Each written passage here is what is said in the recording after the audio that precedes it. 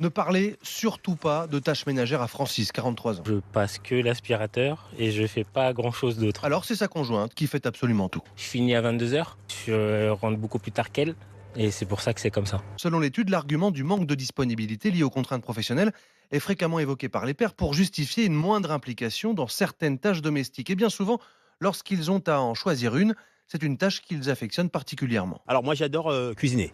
Bon, le ménage, je suis un peu feignant là-dessus. Là. Personnellement, j'essaie de faire un effort pour équilibrer un peu.